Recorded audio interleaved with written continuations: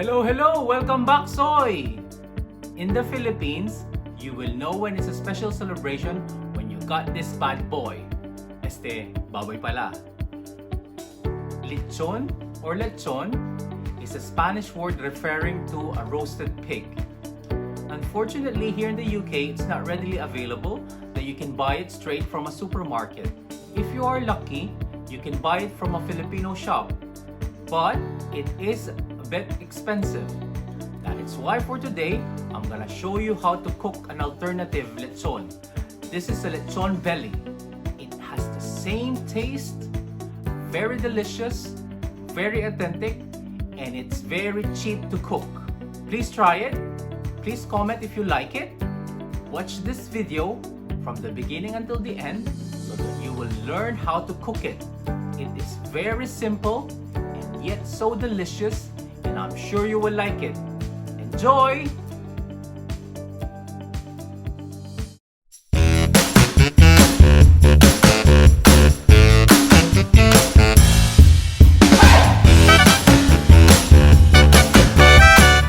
Okay, so napaka-basic ng mga ingredients natin para sa recipe na to. So we got garlic, lemongrass, spring onions, rock salt, vinegar, and then of course, pork belly. So after kong linisin yung pork, tanggalin lahat ng buhok-buhok niya. I'm gonna remove the ribs. These ribs can be used for other dishes like sinigang. So tatanggalin lang natin sila para mas mabilis maluto yung ating lechon belly.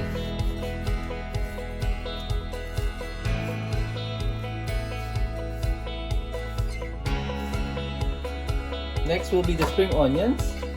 Just cut the end or the root part.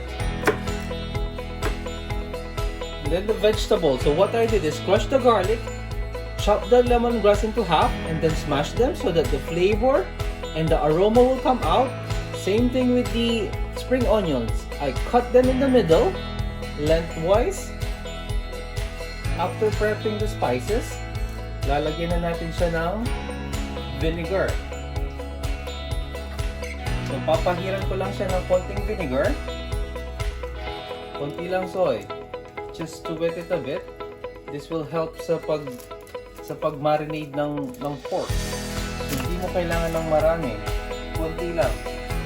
Then I just use my hands to spread it, massage it. So after nating mapahiran ng vinegar, so after applying the vinegar, we add our salt.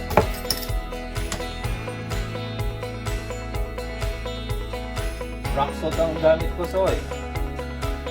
Give it a generous portion of salt all over para malasang-malasa siya mamaya.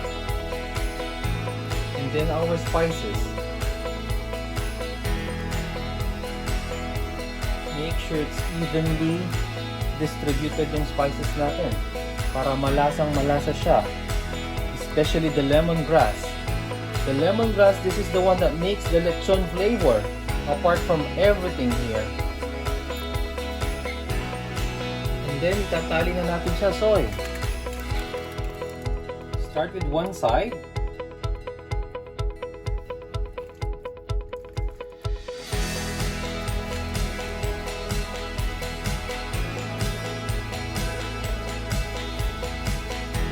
So the distance is like 2 to 2.5 inches apart. Para secured siya, soy. Para hindi siya bumuka. That's it, soy. So this is about roughly 2 feet long.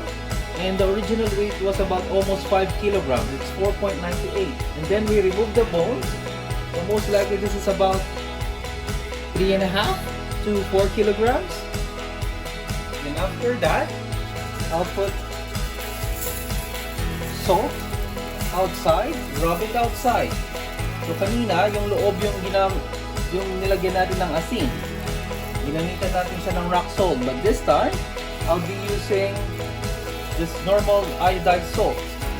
So table salt. That's it. Soy!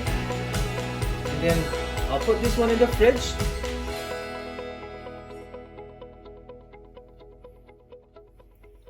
So after the prep, And then set the oven to 220 degrees for 1 hour. And then we will check. Then just check it every now and then, making sure na hindi siya masusunog or hindi maglobo yung skin. So after 1 hour, ganito na yung itsura niya. So, babrush mo lang yung skin niya with the oil para hindi siya maglobong ganito, soy, para hindi siya pumutok.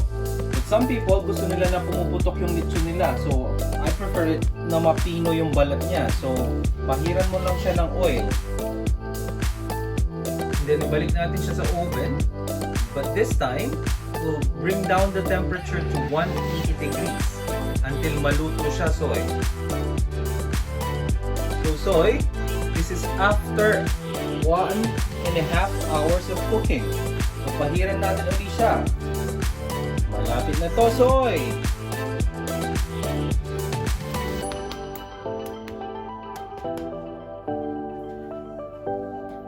Okay, soy, this is after 2 hours of cooking. Malapit na siya, soy! Malutong na siya actually, yung ibang side na lang. Can you hear that?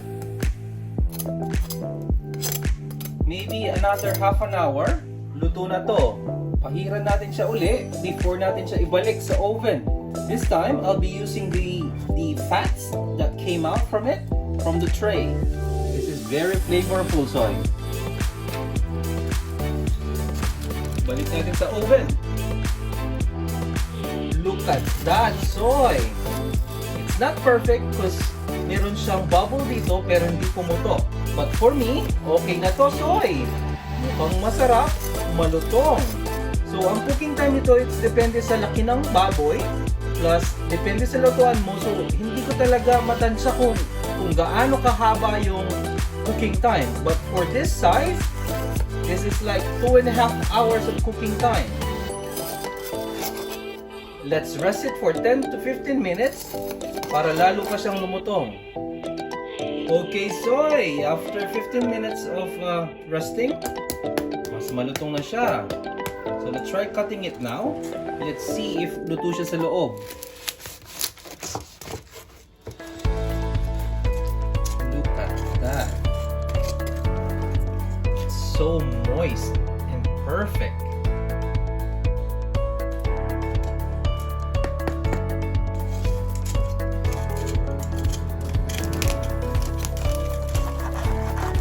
Sura pa lang, masarap na, soy! Can you hear that, soy?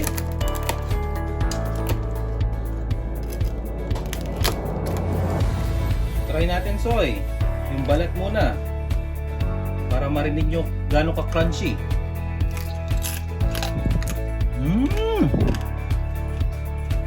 Yaman na, soy!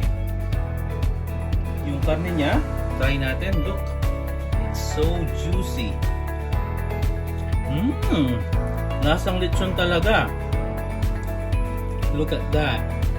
It's the spring onions and the lemongrass that made the difference. Kaya lasang lechon talaga siya, soy. Yaman na, soy!